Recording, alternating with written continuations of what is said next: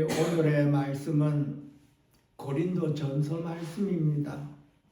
고린도전서 말씀에 1장 7절, 8절, 9절 말씀을 중심으로 해서 하나님의 그 귀한 말씀이 우리 심령에 채워질 수 있도록 우리 다 같이 축원합니다. 아멘.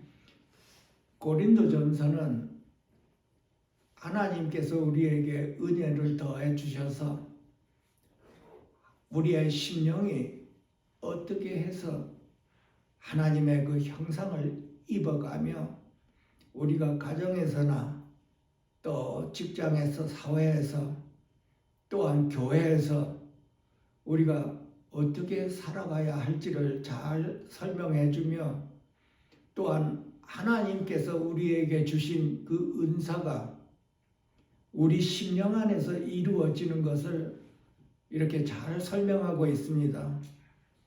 그래서 저와 여러분이 함께 오늘 이 말씀 통해서 우리에게 더욱더 도전받는 삶이 되어서 우리 심령 안에서 하나님이 원하고 뜻하는 그 바가 다 같이 이루어질 수 있도록 축원드립니다. 아멘. 먼저 하나님께서 이 은사에 대해서 우리에게 말하고 있습니다. 이 은사라고 하는 것은 하나님의 외적인 성령의 은사가 있고 또한 내적으로 그 은사가 있습니다. 그래서 우리가 이 말씀을 통해서 하나님의 뜻이 우리 안에서 이루어지기 위해서는 어떠한 은사가 우리에게 임하는가를 우리가 분별을 해서 우리가 하루하루 우리 생활이 변화가 되고 또 주님이 뜻한 바가 우리 안에서 이루어져야 한다는 것을 이렇게 자세하게 말씀을 하고 있습니다. 하나님의 이 은사라고 하는 것은 대부분이 우리가 알기로는 바깥으로 역사하는 그 하나님의 그 기적이라든가 또한 병 고치는 은사라든가 이런 쪽에 우리가 휩쓸리기 참 쉽습니다. 그렇지만 성경 전반으로 이렇게 보면은 하나님께서 우리 안에 오셔가지고 우리 안을 변화시키고 우리의 심령이 주님의 형상을 입고 또한 사람의 몸에서 하나님의 그 뜻한 바가 이루어지며 사람의 몸에서 하나님의 그 표현이 이루어지는 것을 원하고 있습니다. 그래서 끝내는 우리 모두가 다 그 영혼이 변화가 되어서 하나님 앞에 순종하며 하나님이 오시는 그 기간 동안 우리의 하나님께서 우리에게 주신 그 모든 은사에 부족함이 없이 이렇게 하루하루를 하나님의 그 은혜 안에서 지내야 된다는 것을 잘 말해주고 있습니다. 그 중에서 오늘 첫째 대목이 이 은사에 대해서 기본으로 말씀을 우리에게 해주고 있습니다. 이 하나님의 은사는 우리 안에 오신 그 생명을 말하고 있습니다.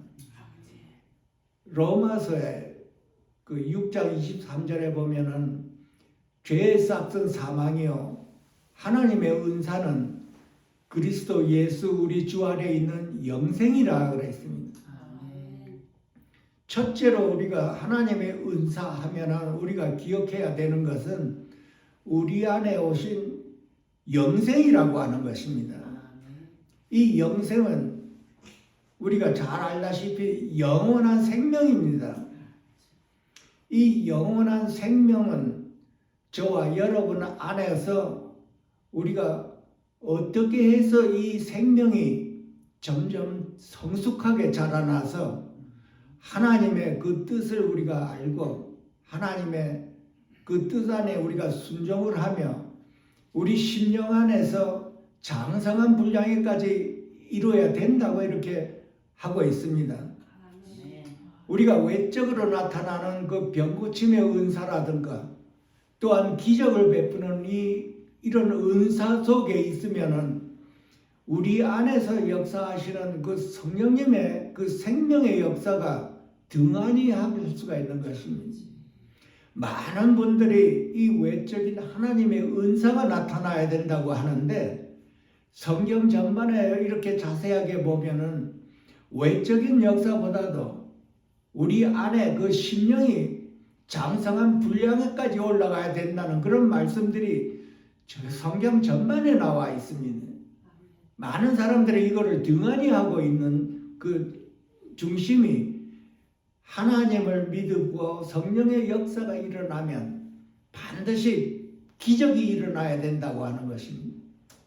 그런데 성경을 자세히 보게 되면은 마태복음, 복음서나 이런 계시록에 이렇게 보게 되면은 그날에 주의 얼굴을 배울 때 우리가 주님 앞에 섰을 때 내가 기적을 베푸고 병을 고치고 또 귀신을 쫓아냈다고 하는데 그 예수님께서는 나는 너를 모른다고 하는 말씀입니다.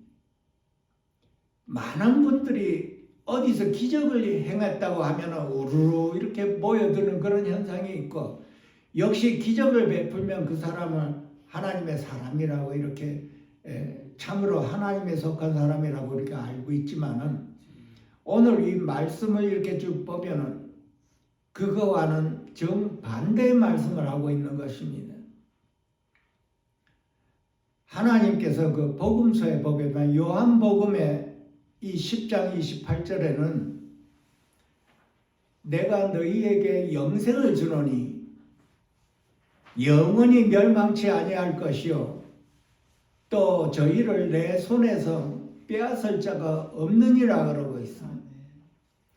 이렇게 하나님의 은사는 우리에게 값없이 은혜로 주신 영생을 주 기본으로 말씀하고 있는 것입니다. 많은 분들이 내 자신을 돌아보며 나는 내 안에 오신 이 그리스도의 그 생명, 하나님의 생명이 내 안에 오셔서 나는 얼마만큼 이 영원한 생명을 내가 귀하게 여기는가 내 자신을 한번 돌아봐야 되는 것입니다. 나는 예수를 믿으면서 오늘날까지 얼마나 기간이 되었든 간에 내 안에 오신 이 영원한 생명을 내 목숨보다도 더 귀하게 여겼는지 안 여겼는지 우리가 돌아봐야 되는 것입니다. 우리 믿는 사람에게 가장 기본이 되는 말씀이 내 안에 오신 영원한 생명입니다.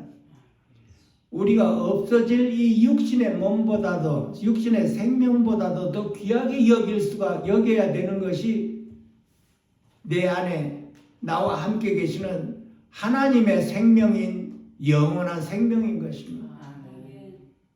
내 육적인 생명은 한계가 되어 있지만 내 안에 오신 이 영원한 생명은 영생과 영원히 없어지지 않는 그 영원한 생명이기 때문에 내 자신이 이 진리를 깨닫고 얼마만큼 내가 내 안에 나와 함께 계시는 이 영생을 영원한 생명을 내가 귀하게 여기며 매일매일 날마다 나는 이 영생과 함께 살아간다는 것, 이 진리를 내가 얼마만큼 내가 받아들였는가.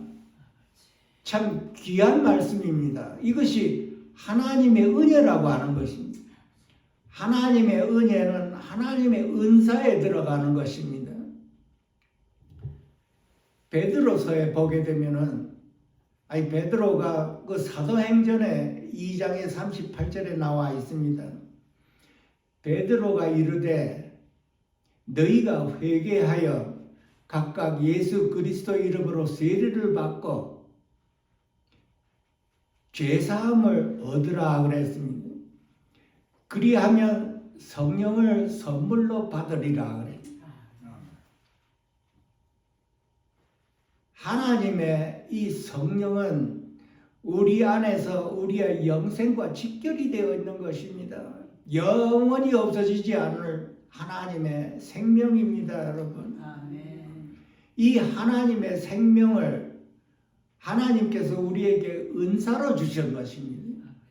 그래서 너희가 은사의 부족함이 없이 우리 주 예수 그리스도의 나타나심을 기다림이라 그러거든요. 우리가 하루하루 살아가면서 하나님께서 나에게 주신 이 은사, 즉 영원한 생명을 내가 얼마만큼 내가 누리며 그 생명을 우리가 하루하루 살아가면서 내가 세상 모든 것을 아무리 절박한 환경에 있다 하더라도 내 이 영원한 생명으로 인해서 하나님의 그 은혜로 인해서 내가 살아갈 수가 있는가? 사도 바울은 이 말씀을 통해서 우리에게 새삼스럽게 각인을 시켜주고 있는 것입니다. 우리 자신은 예수를 믿는다고 하면서 매일 말씀을 읽고 기도하고 찬송을 부르며 주일 예배 이렇게 새벽 예배를 참석하면서 내 의무를 다했다고 하는 분들이 참 많습니다. 우리는 의무를 다하는 게 아니고 자연적으로 이제는 하나님의 자녀로서 하나님에게 예배 드리기를 원하고 또 찬송 부르고 또 기도하면서 말씀을 읽으면서 우리가 하나님을 그 영생이 내 안에서 내가 누려야 된다는 것입니다. 이 영원한 생명을 누리면서 하나님의 다시 오심을 우리가 기다려야 된다는 것입니다. 이것이 참 믿음의 생활이요 하나님의 자녀가 해야 할 하루하루의 생활입니다. 여기에서 모든 은사, 즉 은사가 하나뿐만이 아니고 모든 은사에 부족함이 없이 우리 주님이 오실 날을 기다린다고 하는 것입니다. 사도 바울은 하나님께 이것저것 구하고 육체의 가시를 해결해 달라고 했는데 하나님께서는 내 은혜가 내게 족하도다고 한 것입니다. 이 하나님의 은혜, 우리가 얼마만큼 이 하나님의 은혜인 이 영원한 생명을 얼마만큼 내가 누리면서 기뻐하고 즐거워했는가? 이것이 우리가 성장하는 그 기본이라고 하는 것입니다. 얼마만큼 내가 내 안에 영생과 나와 점점 가까워졌는가? 우리 생명이 성장을 하려고 그러면은 반드시 내 안에 하나님의 은사가 전혀 부족함이 없어야 된다고 하는 것입니다. 우리 환경에서는 우리가 전부가 다 절박한 환경과 또 슬픈 환경, 또 고난과 여러 가지가 있습니다. 몸도 아프고 또 이렇게 육체 가시 안에서 우리가 고생을 하고 있지만은 하나님께서 우리에게 가르쳐주고 싶은 그 말씀이 이 영원한 생명 하나님의 은혜라고 하는 것입니다. 우리는 반드시 이 하나님의 은혜인 이 영원한 생명이 나와 함께 있고 누구든지 이것을 빼앗을 자가 없고 또 나는 영원토록 멸망하지 않는다는 이 말씀 안에서 얼마만큼 내가 이 영생을 누리는가? 얼마만큼 이 귀한 영생을 내가 귀하게 여기면서 하루하루를 살아가고 있는가? 우리 모두에게 도전받는 말씀입니다.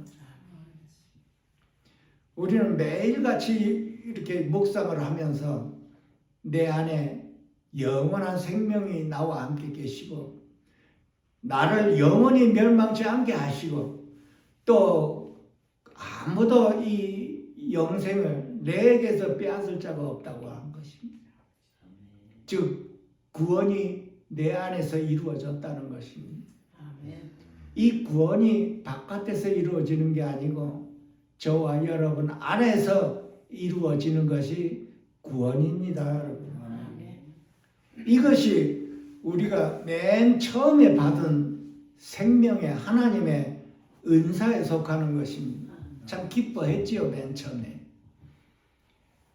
그런데 사도 바울이 우리에게 가르쳐주고 싶은 것은 그 생명 안에서 자라야 된다고 하는 것, 성숙하게 장성한 분량에 이루어야 된다고 하는 것입니다. 그 장성한 분량에 이루어야 된다고 하는 것은 우리가 육신에 속해 있기 때문에 하나님의 그 영의 음성을 못 듣는다고 하는 것입니다. 그래서 우리가 육신 안에 있다고 하는 것은 천연적인 성품 안에 있다는 뜻입니다. 우리가 태어날 때부터 그 본성 안에서 살아간다는 것입니다. 그것이 육신에 속한다고 하는 것입니다. 우리가 육신대로 살아왔죠. 우리 인생을 통해서 보면은.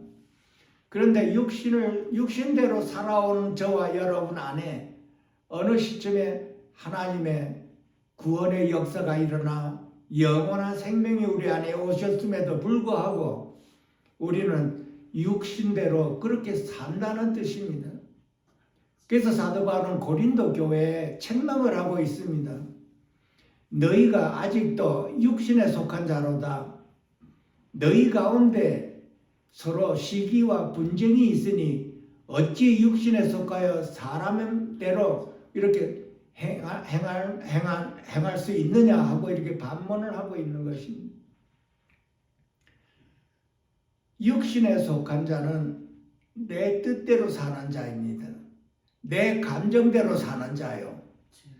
내 원대로, 내 고집대로, 원하는 대로 내가 사는 자. 그래서 영이 어리다고 하는 것입니다. 사도 바울이. 너희가 아직 그리스도 안에서 어린 아이로다 이렇게 말을 하고 있는 것입니다. 어린아이일수록 내 원대로 살고 있습니다. 우리가 아이들을 키워봐서 알지만 어린아이는 보면 자기 원대로 하려고 하는 것입니다. 내 생각대로, 내 감정대로 또는 내 의지대로 이렇게 사는 자가 그리스도 안에서 어린아이라고 이야기하고, 그래서 그리스도 안에서 어린아이가 이제 성숙해야 된다는 말을 하고 있는 것입니다. 왜냐하면 하나님의 음성인 이 영적인 음성을 육신에 속한 자는 알아듣지를 못하기 때문에 우리의 생명이 자라야 된다고 자꾸 이렇게 권하고 있습니다. 성경 전반을 보게 되면은 하나님의 생명인 이 그리스도가 우리 안에 오셔서 우리가 장성한 분량, 즉 단단한 음식을 먹을 수 있도록 자라야 된다고 하는 것입니다. 많은 분들이 구원을 받고 하나님을 믿고 영이 거듭났으니 이제는 그것으로 예배를 드리고 이제 말씀을 읽고 이렇게 기도하고 이것으로 만족하고 있지만 성경은 그렇게 말을 하고 있지 않은 것입니다. 그리스도 예수가 우리 주님이 오실 때까지 그 날에 대비해서 하루하루 우리의 생명이 성장을 해야 된다고 말을 하고 있습니다. 하나님 앞에 책망받을 것이 없도록 이렇게 주님을 사모하며 살아가야 된다는 이 말을 계속하고 있는 것입니다. 성경 전반에 나와 있습니다. 이 말씀이. 육신에 속한 자는 비록 그리스도 안에서 생명이 있지만은 성령의 음성을 듣지 못한다고 하는 것입니다. 그것이 여기에 나와 있는 것입니다. 고린도전서 2장 14절에 보게 되면은 이런 말씀이 있는 거예요. 육에 속한 사람은 하나님의 성령의 일들을 받지 아니하나니. 그러니까 하나님께서 나에게 이렇게 하라 저렇게 하라 이 성령의 음성을 들려줘도 육신에 속한 자는 그것을 듣지를 못하고 불순종한다는 수밖에 없다는 뜻입니다. 못 알아듣는다는 것입니다. 영의 음성을 못 알아듣는다는 것입니다. 그래서 내가 순종하고 싶어도 순종을 못하고 내 원대로 사는 자가 그렇다고 하는 거예요. 그래서 이 육신에 속한 자가 성장을 해야 된다고 하는 것입니다. 이는 그것들이 그에게는 미련하게 보인다고 하는 거예요. 어리석게 보인다고 하는 것입니다. 성령의 음성이 성령으로 말씀을 해줘도 그것을 미련하게 보이고 또 어리석게 보인다고 해서 또 깨닫지도 못한다고 하는 것입니다. 그래서 이런 것들은 이런 모든 일들이 영적으로라야 분별한다고 하는 것입니다. 그래서 우리가 영안에 하나님께서 우리에게 인도하시는 그 음성을 듣지 못하는 것은 내 자신이 육신 안에 있기 때문에 그렇다고 하는 것입니다. 그러니까 그리스도 안에서 어린 자라고 얘기 지금 하고 있는 것입니다. 많은 분들이 내 자신이 그리스도 안에서 내가 어린 자라고 이렇게 알고 있지를 않는 분들이 참 많습니다. 모든 것은 하나님의 역사, 성령의 역사 안에서 외적으로 기적을 베풀고 병고침을 일으키는 그런 데 정신이 많이 가 있지 내 자신 안에서 성령님이 원하시는 그 음성을 알아듣지 못한다고 합니다. 분명히 그리스도가 우리 안에 와 있다고 하는 것입니다. 그리스도가 우리 안에 와 있는데도 불구하고 그 음성을 못 듣는다고 하는 것입니다. 가만히 우리가 생각해 보면 참 안타까운 일이지요. 주님이 나와 함께 있는데 내가 주님의 음성을 못 듣는다는. 그래서 하나님께서 우리에게 인도하시는 것입니다. 자꾸 이렇게 하나님의 음성이 우리에게 이렇게 하라 저렇게 하라 하는데도 불구하고 이 음성을 말씀을 못 알아듣고 있는 거예요. 왜냐하면 내 자아가 강해서 그런 것입니다. 알아보려고 애를 써도 못 알아듣는다고 하는 거예요. 육신에 속해 있기 때문에 그렇다고 하는 거예요. 어린 아이에게 아무리 어른의 말을 해도 못 알아듣듯이 우리와 함께 있는 그 그리스도의 음성을 왜 못 알아듣나? 우리 자신이 너무 강해서 그렇습니다. 그 이상을 못 알아듣기 때문에 그러는 것입니다. 예수를 믿고 예배를 드리고 말씀을 읽고 기도하고 찬송을 부르고 새벽 기도하고 하는 걸로 인해서 그것이 다인 줄 알고 있는 것입니다. 그래서 성경은 그렇게 나와 있지 않습니다. 어린 자가 그리스도 안에서 육신에 속한 자는 반드시 성장하고 장성한 분량에 이르러야 된다고 말씀하고 있습니다. 그래서 고린도전서 1장에 8절에 보면은 주께서 너희를 우리 주 예수 그리스도의 날에 책망할 것이 없는 자로 끝까지 견고하게 하시리라 그랬습니다. 책망할 것이 없는 자, 주님이 오시는 날 아무 흠이 없이 끝까지 지키신다고 하는 것입니다. 우리가 이 말씀을 잘 보면은 어린아이가 자라날 때 그냥 쑥쑥 자라나요. 국민학교, 중학교, 고등학교, 대학교, 군대 갔다 오면서 사회생활 하면서 이렇게 모든 이 모진 그 고난과 고통을 겪으면서 이렇게 겉으로 성장하는 것뿐만이 아니고 사람 안에서 성장을 한다는 뜻입니다. 다시 말해서 세상 말로 철이 든다는 것입니다. 철이 들었다고 하는 것은 그 부모님의 나를 길러준 그 부모님의 수고를 어느 정도 내가 이해한다고 감지한다는 뜻이겠죠. 영적으로 하나님께서 우리를 성장하게 만드는 것은 여기에서는 직접적인 말씀이 나와 있지 않지만 육신에 속한 사람이 신령한 자까지 가려고 그러면 거기에 반드시 십자가가 있는 것입니다. 여기에서 그 말을 표현을 안 했지만은 영적으로 눈이 뜨이기 위해서는 반드시 내 본성인 육적인 그 생각과 감정과 의지가 깨져야 된다는 것입니다. 그 생각과 하나님의 생각은 정반대라고 하고 있는 것입니다. 나의 생각과 너의 생각은 다르다고 하는 것입니다. 그래서 내 생각이 하나님의 생각 그 표준에 이르려면 거기에 뭐가 있어야 되나요? 이 십자가가 있어요. 우리 생각을 바꿔주는 십자가 있는 것입니다.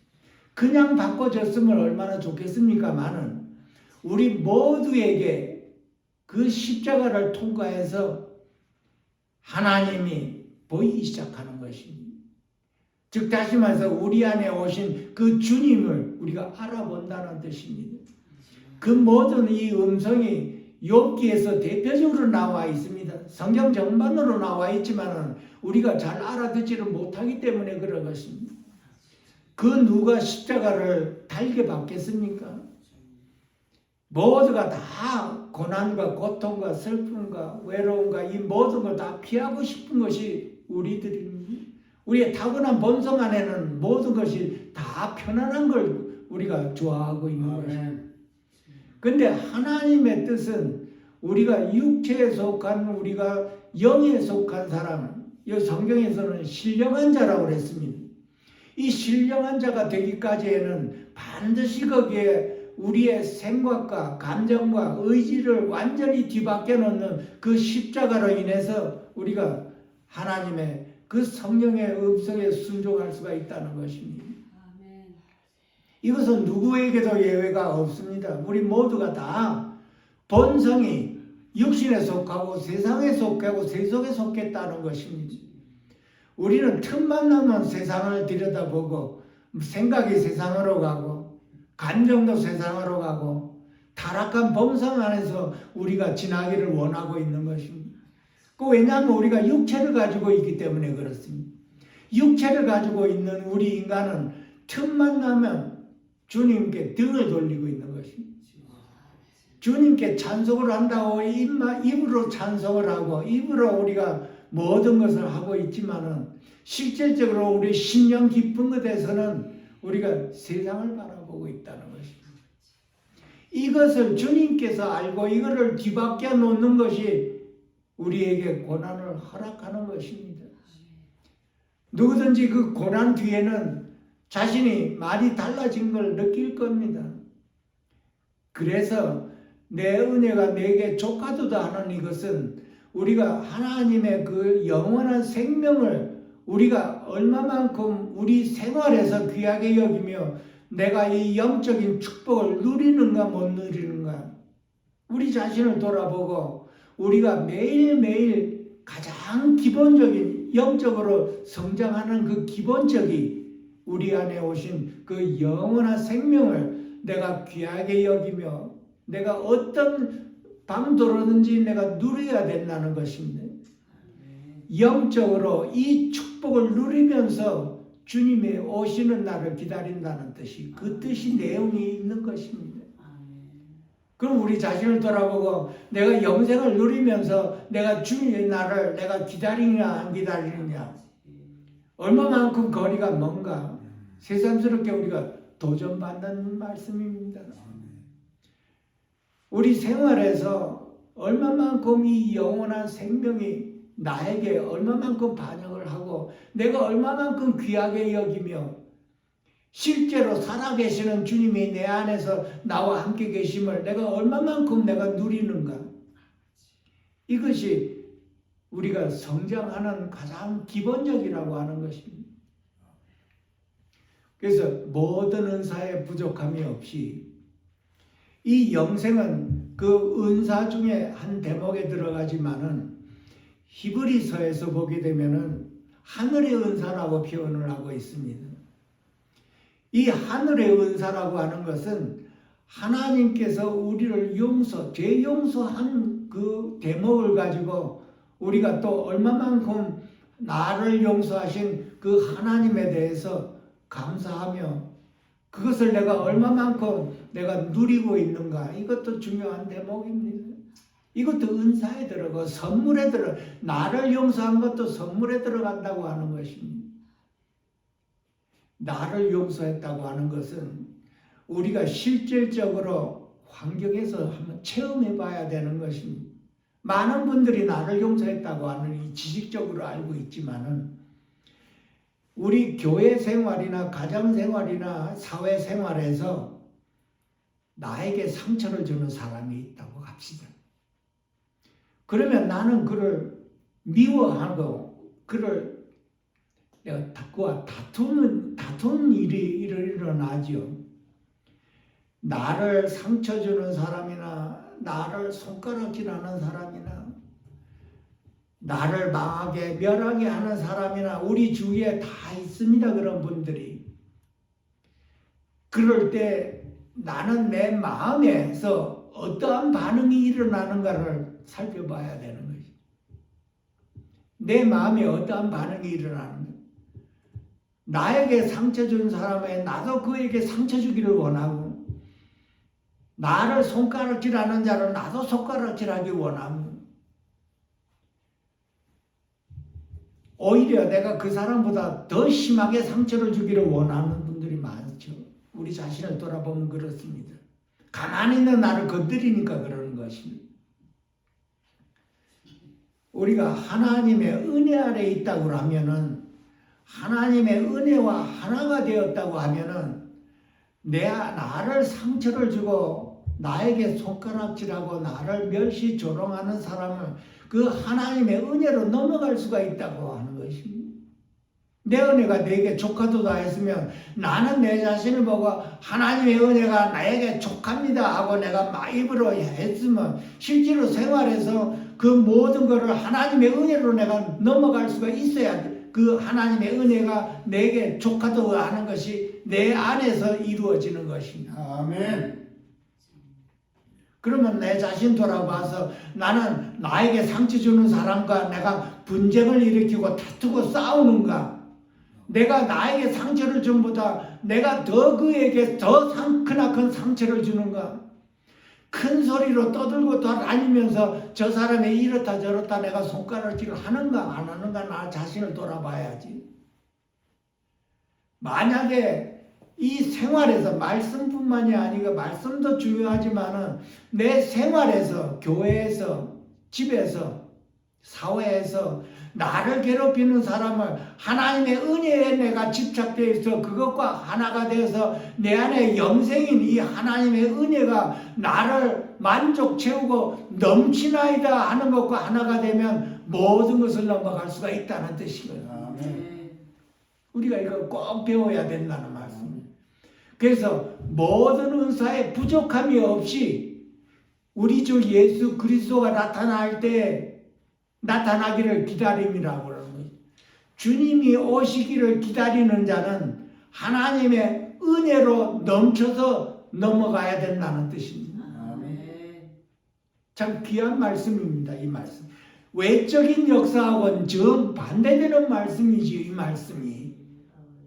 얼마만큼 우리가 예수를 믿고 수십 년을 믿는다고 하면서도 맨날 우리 주위에서 일어나는 그 모든 일들에 내가 다투고 시기하고 분쟁을 일으키며 지나가는가 안 하는가 내 생활이 어떤 생활인가를 우리가 돌아봐야 된다는 것입니다. 이것을 이겨내는 길은 하나님의 은혜가 내 심령에서 차고도 넘쳐야 된다는 것, 부족함이 없어야 된다고 하는 것입니다. 참 어떻게 보면 내 자신 참 안타까운 그런 심정이죠. 이 말씀에 비춰보면은 그 하나님께서 나에게 영원한 생명을 허락하셨. 이 영원한 생명이 뭡니까? 영원토록 나는 하늘에서 살아있다는 뜻입니다. 이 세상에 있을 때 이 영생을 맛보며 매일매일 내가 기뻐하고 즐거워해도 시원찮은데 그것을 놔두고 사람들과 분쟁을 일으켜 보십시오. 성경에서는 그 자를 뭐라고 얘기하나요? 육신에 속한 자로다. 그리스도인이긴 하지만은 어린 자라고 하고 있는 것입니다. 나는 그럼 내 자신을 돌아보고 내가 어린 자를 몰랐다는 뜻입니까? 이것이. 그러니까 말씀을 통해서 우리에게 알려주시는 것인데 그리스도 안에서 너희가 아직도 어린 자로구나. 너희도 아직까지도 육신에 속한 자로구나 하고 이렇게 우리를 책망하고 있는 것입니다. 그래서 우리의 생명이 하나님께서 우리에게 주신 이 영원한 생명이 우리 안에서 성장을 해야 된다고 하는 것입니다. 언제까지? 우리 주 예수 그리스도의 날까지 그날 주님께서 다시 오실 그날까지 나는 이거를 배워야 되는 것입니다. 하나님의 은혜에 조금 더 부족함이 없이 내 심령에서 차고도 넘치는 하루하루가 돼야 된다는, 그래야 내가 이걸 이겨낸다는 뜻입니다. 아멘. 이 하나님의 은혜로 지나가는 것입니다. 모든 것이. 하나님의 은혜가 아니면 나는 이걸 못 이겨내는 것입니다. 나를 상처를 주면 나도 상처 주기, 그거보다 더 상처 주기를 원하는 것이 우리의 육신에 속한 사람입니다. 우리가 그렇게 살아왔습니다. 한평생. 주님을 영접해서도 또 그렇게 살고 있습니다. 우리가. 그리고 오늘 말씀은 하나님의 그 은사, 그 은혜에 부족함이 없는 것을 배우라고 하는 것입니다. 그래서 하나님의 은혜가 내 심령을 차고도 넘쳐야 된다는, 부족함이 없어야 된다는 것입니다. 그것이 하나님께서 사도 바울에게 말한 것입니다. 내 은혜가 내게 족하도다 한 것입니다. 하나님의 은혜는 족하지요. 우리 안에 그거보다 더 족한 것이 이 세상에 없습니다. 영원한 생명보다 더 은혜가 더 큰 것은 없습니다. 우리에게. 그래서 우리 안에 오신 그 영원한 생명이 우리 안에서 성장하기를 원하고 있는 것입니다. 그리스도의 날, 주님이 오시는 날까지. 그래서 우리가 이거를 배우고 하루하루를 이거를 실제로 생활해서 해내야 되는 것입니다. 참 내 자신으로는 힘든 말씀입니다. 내 자신 안에서는 나는 내가 아니어야 되는 것이지, 나는 내가 아니고 내 안에 그리스도가 계시며 그 그리스도로 인해서 내가 살아야만 이거를 해낼 수가 있다는 뜻입니다. 그래서 나는 어떻게 해야 되네? 매일같이 내 안에 영생이신 그리스도가 계심을 나는 항상 차고도 넘쳐야 된다는 거예요. 하나님의 은혜가 나를 채우고도 넘친다고 해야 되는 거예요. 이것이 가장 기본적이요, 내 안에 생명이 성장하는 그 기본이라고 하고 있는 것입니다. 모든 은사에 부족함이 없이, 그 히브리서에서 하늘의 은사라고 하는 것은 하늘나라의 은사, 하늘나라의 그 모든 것을 우리에게 선물로 주셨다고 한 것입니다. 하늘나라는 성령 안에서 의와 평강과 희락이라고 그러지. 우리는 얼마만큼 하나님의 그 은혜에서 하나님을 내가 기뻐하고 즐거워하며 평강을 누리는가, 이것도 우리 자신 돌아봐야지. 하나님께서 우리에게 주신 은사라고 했을 것입니다. 값없이 하늘나라의 그 은혜를 우리에게 주셨다고 하는 거예요. 막바로 하늘나라와 이어지는 말씀입니다. 이것이. 왜냐하면 하늘의 은사, 하늘의 그 선물을 우리에게 주셨다고 하기 때문에 그래요. 그럼 나는 하늘나라의 그 은사, 의와 화평과 평강과 희락을 내가 얼마만큼 내 안에서 내가 하늘나라를 누리는가 못 누리는가. 육신에 속해 있으면 이걸 못 누린다고 한 것입니다. 받지도 못한다고 한 것입니다. 깨닫지도 못한다고 하는 것입니다.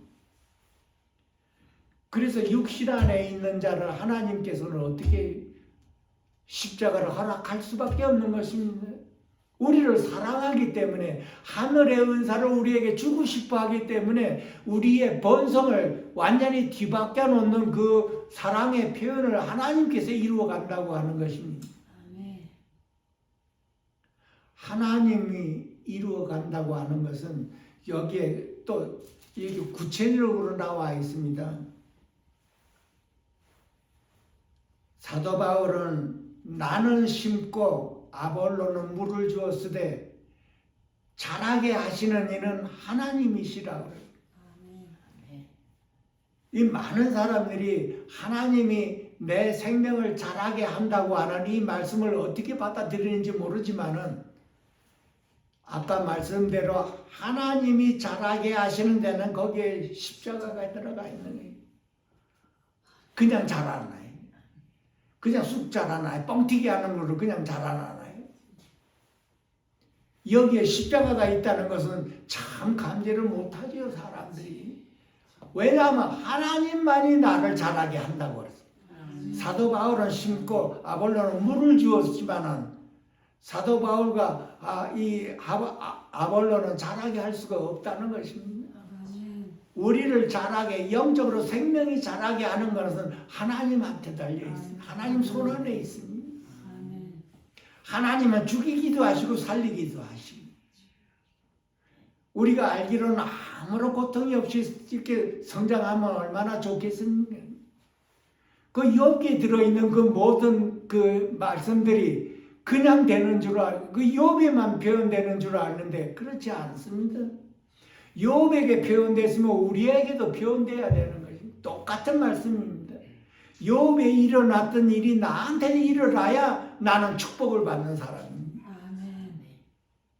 끝에 가서 주의 말로만 귀로만 듣던 주님을 이제 눈으로 배운다는 축복이지요. 누구든지 아무런 그런 고난이 없이 주의 얼굴을 배웠으면 하는 기대감이 다 있죠. 우리가 다 그렇습니다. 그러나 영적인 것은 그렇지 않습니다. 영적인 것은 육의 눈을 완전히 바꿔놓는 것입니다. 하나님께서 우리에게 축복을 주시려고 작정을 하신 것이지요. 우리에게 어떠한 절망이 있든, 우리에게 어떠한 십자가가 있든 맨 끝은 어떤가요? 그 주의 얼굴을 배우는 것입니다. 이제 눈으로 배운나이다. 얼마나 절망 가운데 있었던지 간에 그것은 우리의 인생 안에서 끝나버리는 것입니다, 여러분. 죽고자 하는 자는 살고 살고자 하는 죽는다는 말은 주를 위해 내가 죽고자 하는 그 말씀 안에 내 자신의 인생이 만시차이가 됐든 절망이 됐든 어쨌든 그 과정이 지나면 내가 주의 이제 눈으로 주의 얼굴을 뵙게 된다는 뜻입니다. 그 결과가 중요한 것이죠. 우리는 언젠가는 다 이 과정을 겪게 되어 있는 것입니다. 근데 이 과정을 안 겪으려고 하는 것입니다. 내 머리를 굴려서 이리 피하고 저리 피하고 이렇게 해서 메꾸고 저렇게 해서 메꾸고서 이렇게 해서 가려고 하지만 더 돌아가는 것입니다. 이렇게 상정상에 올라가는데 빙빙 돌아가는 것이 참 고된 생활입니다. 이것이 빙빙 돌아가는. 어떤 분은 빙빙 이렇게 돌아가고 어떤 분은 또 곧장 올라가고 다 이 사람마다 다릅니다, 여러분. 가령 예를 들면은 어떤 사람은 그 죄가 하나님께서 들통나게 하는 분이 있습니다. 하나님만이 아시는 죄가 있습니다. 다 나와 하나님만이 아는 죄. 어떤 사람은 하나님께서 만 사람 앞에 들통이 나, 어떤 사람은 만 사람 앞에 안 들통나고 그냥 감춰져요. 어떤 사람은 만 사람 앞에 그 죄가 들통이 나서 아주 그 자아를 폭삭 그냥 겸손하게 만드는 분이. 세상적으로 이름이 나 있거나 얼굴이 많이 나 있는 사람일수록 어떤 면에서 그 죄, 하나님만이 아는 죄를 들통나게 만들어서 그 자아를 다루시는 겁니다. 그러면 하나님께서는 우리를 향해서 그는 내 형제라고 부르고 있습니다. 그는 내 형제. 형제를 보고 저 사람 죄가 들통이 났으니 얼마만큼 손가락질 하겠습니까? 얼마만큼 비판을 하겠어요? 성경에는 그 형제가 죄를 짓거든 자신을 돌아보라고 했죠, 분명히. 자신을 돌아보라고 하는 것은 내 안에 있는 죄가 아직 들통이 안 났으니 겸손해지라고 하는 것입니다. 네 죄가 그 사람처럼 들통나기 전에 겸손해지라고 하는 뜻입니다. 우리가 많이 알겠지만 종종 우리 주위에서 그런 사람을 많이 이렇게 보고 있습니다. 세상적으로 유명한 사람들이. 어떤 사람은 국회에서 어떤 사람을 힐난하게 비판합니다. 이런 죄 저런 죄를 다 들총내서 그 많은 사람 앞에서 저 사람 죄인이라고 죄졌자고 이렇게 손가락질 하지요. 그 그 후에 그 손가락질하는 사람이 죄가 들통이 나서 어떻게 되겠습니까? 어떤 분은 그 생을 마감하는 사람도 있어요. 도저히 얼굴을 들 수가 없는 사람. 그런 분들이 참 많습니다. 우리 세상에, 우리 주위에도 많고. 그리고 또 하나님께서 지극히 사랑하는 자가 이 얼굴과 이름이 다 이렇게 나타났는데 하나님과 사람 사이에 그 죄가 들통이 나버린 것이. 이름 석자면 다 아는 사람인데 그 죄가 들통이 나 그냥 폭삭 그 자아가 낮아질 대로 낮아져 버려. 그 겸손한 모습을 우리가 보고 있죠.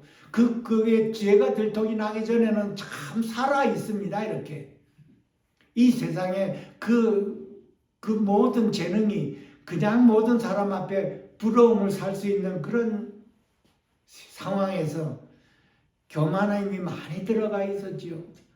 하나님 보시기에 너무 교만해서 어느 한날 그 죄를 들통이 나버리게 한 것이. 얼마만큼 낮아졌겠습니까? 그래서 우리는 이거를 보고 뭐를 배우는가? 그는 내 형제라고 그래서 그 형제가 죄 짓는 걸 보고 반드시 내 자신을 돌아보라고 하는 것입니다. 내 자신을 돌아볼 때 우리가 여기서 두 가지 말을 우리가 항상 배울 수가 있는 것입니다. 주님이 내 안에 와 계신 그 안에 내가 비판을 하면은 사단에게서 잡혀서 비판을 하는 것입니다. 그럼 나는 사단 안에 어두움에 잡혀서 비판하는 것입니다. 그 주님의 형상을 입어가려면 나는 우리 안에 있는 주의 영이 사로잡혀서 그를 불쌍히 여기고 그를 위해 기도하는 그 형상을 우리에게 이루어줘야 된다는 것입니다. 비판을 하면 내 안에 사단의 어둠이 형상이 일어나는 거예요. 나를 위해서라도 나는 주의 영으로 인해서 그를 불쌍하게 봐야 돼요. 어떻게 불쌍하게 보나요? 주님이 나를 불쌍하게 본 것 같이 나도 그를 불쌍하게 보는 이것과 하나를 이루어야 우리의 영혼이 소생되고 영혼이 잘 된다고 하는 것입니다. 주의 형상을 입어가는 그 길입니다. 이것이. 주님의 그 형상을 입어간다는 것은 우리의 생명이 성장한다는 뜻입니다. 생명이 성장한다는 것은 그 형제를 비판하는 것이 아니고 그 형제를 주님과 함께 불쌍히 여길수록 우리가 생명이 성장을 한다는 뜻입니다. 비판하는 자는 생명이 어리기 때문에 비판한다고 하는 것입니다.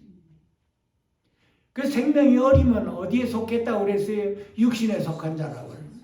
육신에 속한 그리스도 어린 아이, 젖을 먹는 아이라고 그래요. 히브리서 5장 6장에는 의의 말씀을 먹는 자가 있고 선한 말씀을 먹는 자가 이렇게 나옵니다. 의의 말씀은 단단한 음식, 장성한 사람이 먹는 음식이고 선한 말씀은 어린아이가 먹는 말씀이라고 이렇게 구분되어 나와 있습니다. 우리가 성경을 좀 더 이렇게 눈여겨보면은 성경 전체 그 내용이 전부 우리의 영혼 안을 다루는 말씀입니다. 이 모든 것이. 외적인 역사로 귀신을 쫓아내고 이렇게 병을 고친다 하더라도 이것이 안 이루어질 수가 있는 것입니다. 그래서 성경에는 주님 다시 오실 때까지 우리는 이 은사를 부족함이 없이 누리라고 하는 것입니다. 그 마지막으로 또 하나 나와 있습니다. 여기 3장 1장 9절입니다. 너희를 불러 그의 아들 예수 그리스도 우리 주와 더불어 교제하게 하시는 하나님은 미쁘시도다. 그러는 결국은 하나님과 우리 사이를 교제하게 하시는 하나님은 미쁘시도다. 이런 말씀이네요. 이 교제한다는 말은 영어로 펠로십 한다고 하는 것입니다. 우리가 주일 예배 드리고 나서 펠로십 하죠. 성도 간에 주로 모여서 서로 교제하고 친교하는 시간을 갖고 있습니다. 그것이 영적으로 보면은 하나님께서 우리 안에 오신 그리스도와 우리와 교통하게, 교제하게 한다는 것이, 이것이 우리가 성장하는 과정에 이 하나님과 나와 사이에서 얼마만큼 내가 교제를 하는가에 따라서 우리의 생명이 성장을 하고 안 하고가 달려있다고 하는 것입니다. 그러면 우리 자신을 돌아보면서 나는 내 안에 오신 그리스도와 나와 얼마만큼 교제가 이루어졌는가? 좀 도전받는 말씀이지요. 우리가 사람을 만날 때 내 안에서 주님과의 교통이 일어난 그것으로 인해서 우리가 형제와 자매와 교통하라고 하는 것입니다. 내 안에 이루어지지 않았는데 겉에서 이루어지는 것은 지식 안에서 이루어지는 것입니다. 그래서 나는 매일같이 나의 관심이 내 안에 오신 그리스도와 나 사이에서 얼마만큼 친근감이 있는가에 따라서 내 생명이 성장하고 안 하고가 달려있다는 것입니다. 내 안에 오신 그리스도와 친교한다고 하는 거예요. 친교한다는 이 펠로십의 그 단어를 보게 되면은 같이 하기, 친근감이 있고 같이 하기, 또 친구, 또 서로가 교제하면서 서로와 가까이 한다는 뜻입니다. 내 안에 그리스도와 나와 교제를 하면 할수록 가까워진다는 뜻입니다. 나는 주님을 얻고 주님은 나를 얻는다는 뜻입니다. 우리가 이것이 주의 날, 주님이 오시는 날까지 나는 얼마만큼 내 안에 오신 그 그리스도와 나와 그 사이가 가까워졌느냐 안 가까워졌느냐, 조금도 부족함이 없이 주님을 누리라고 하는 것입니다. 주님을 누린다는 것은 영생을 누린다는 뜻입니다.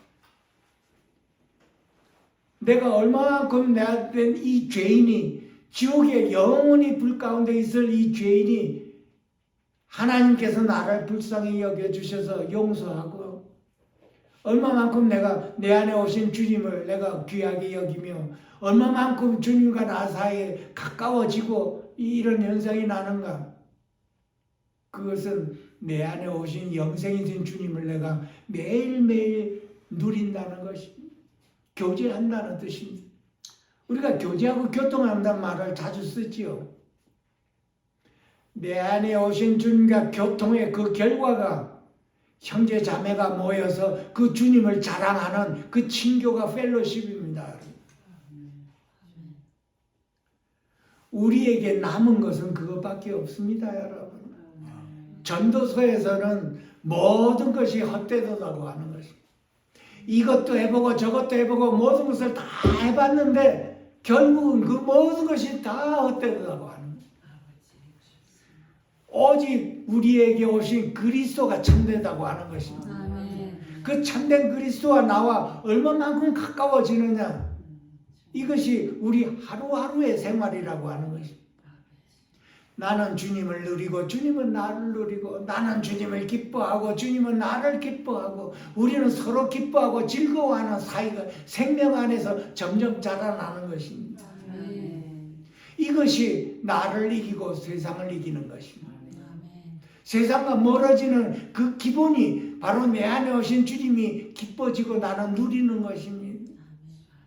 이것이 없이 아무리 세상을 멀리 하려고 해도 안 멀어집니다. 내가 주님을 기뻐하면 세상이 기뻐하는 것과 달라지는 것이, 이게 우리가 실제로 와닿아야 되는 것입니다. 실제로 체험해야 자연적으로 세상의 기쁨을 멀리하게 되고 내 안에 오신 주님이 더 기뻐지고 하는 것입니다. 그래서 우리의 생명이 성장되려고 하면은 이 하나님의 그 은사, 그 은혜 안에서 우리 안에서 어떠한 일이 벌어지는가에 따라서 우리 안에 생명이 장성한 분량에까지 이룰 수 있는가 하는 것은 사도 바울이 이 세 구절 말씀을 통해서 우리에게 배워주고 있습니다. 그래서 우리 모두가 다 도전을 받아서 내 안에 오신 하나님의 은혜인 이 영원한 생명을 얼마만큼 내가 부족함이 없이 매일매일 누리고 만족할 수 있는가? 우리가 여기에서 중점을 둬서 매일매일 저와 여러분 승리할 수 있도록 그리스도 이름으로 축원드립니다. 아멘. 기도하겠습니다. 살아계신 하나님 아버지, 오늘도 이렇게 귀한 시간 허락하여 주심을 감사드립니다. 저희들이 말씀을 잘 모르고 어리석은 자였으나 이 말씀을 통해서 영의 눈이 다 뜨여 하나님의 음성을 들을 수 있도록 축복하여 주시고 순종할 수 있도록 축복하여 주셔서 끝내는 주님을 더욱더 기뻐하고 즐거워하며 그 영원한 생명을 우리가 주님 만날 때까지 누릴 수 있도록 우리 심령 안에서 차고도 넘치게 축복하여 주시옵소서. 아멘. 귀하신 예수님의 이름으로 감사하며 축복하며 기도하옵나이다. 아멘.